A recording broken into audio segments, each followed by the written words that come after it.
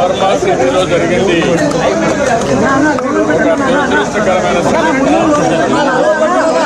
దీనిని చాలా తీవ్రంగా ఖండిస్తున్నాం. ఈరోజు నాకు చాలా బాధేసింది.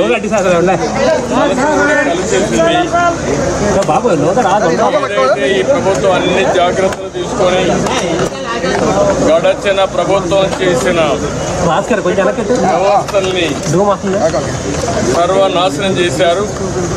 అవన్నీ బాగు చేసే కార్యక్రమంలో ఇలాంటి సంఘటన జరగడం చాలా బాధిస్తుంది.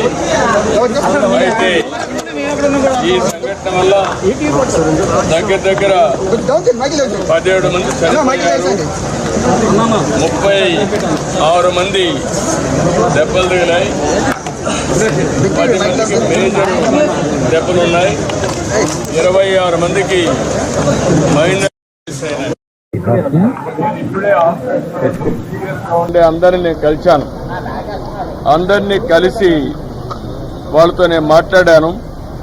ఇంకో పక్క 57 మందికి బర్న్స్ కూడా ఉన్నాయి. 57 ఒక అతనైతే 57% బర్న్ ఉంది. అతనితో నేను మాట్లాడాను. దేవుడు అనే వ్యక్తి చాలా ధైర్యంగా ఉన్నాడు.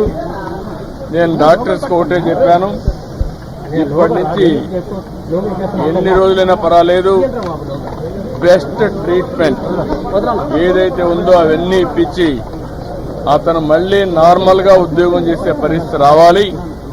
దానికి మేము కూడా ఎప్పటికప్పుడు మానిటర్ చేస్తాం.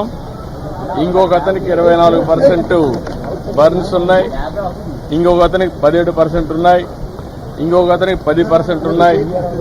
నలుగురితో నేను అక్కడ ఉండే హాస్పిటల్లో ఉండే ఒక 7 మంది దాకా ఉన్నారు. 7 మందితో మాట్లాడాను. ఒక ఆయనైతే షాక్ లో ఉన్నాడు. ఆయన కూడా ఇప్పుడిప్పుడే రికవర్ అయ్యాడు, బాగానే ఉన్నాడు. కానీ అందరితో మాట్లాడిన తర్వాత డాక్టర్స్తో కూడా నేను స్పష్టంగా ఆదేశాలు ఇచ్చాను. ఎట్టి పరిస్థితుల్లో బెస్ట్ సూపర్ స్పెషలిస్టులు బట్టి ఇక్కడ ప్లాస్టిక్ సర్జరీ కూడా చేసి ఎక్కడ కూడా చిన్న స్కార్ కనపడకుండా చేసే బాధ్యత తీసుకోమన్నారు. అన్ని విధాలా మానిటర్ చేస్తున్నాం. జరిగింది చాలా దురదృష్టకరమైన సంఘటన. దీనికోసం చనిపోయిన వాళ్ళకి ఒక్కొక్కరికి ₹1 ఇస్తున్నాం.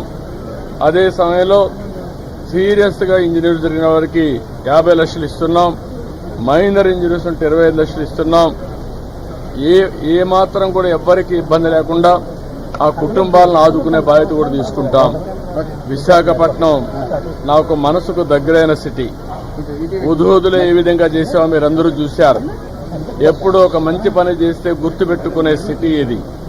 ఇలాంటి సిటీలో నేను మొత్తం ఈ యొక్క సేఫ్టీ మెజర్స్ అన్ని ప్రక్షాళన చేయాలి.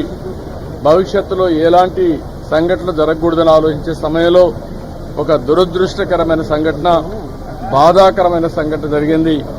ఏదేమైనా దీన్ని ఇదే చివరిది కావాలని నేను కోరుకుంటున్నా. నేను అన్ని విషయాలు మళ్ళీ అక్కడ నేను మాట్లాడతాను. ఇక్కడ చూసిన తర్వాత పేషెంట్లందరినీ చూసిన తర్వాత తొందరలో రికవర్ అవుతారని ఒక ఆశాభావం వాళ్ళు చూస్తే వచ్చింది.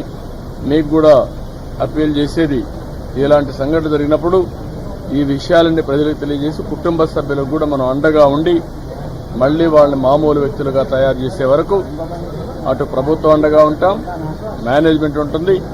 మేనేజ్మెంట్లో జరిగిన అవకతవకలు కూడా ఏమైనా ఉంటే అవన్నీ కూడా అధ్యయనం చేస్తున్నా. అది సెపరేట్ గా డీల్ చేస్తాం. Thank you.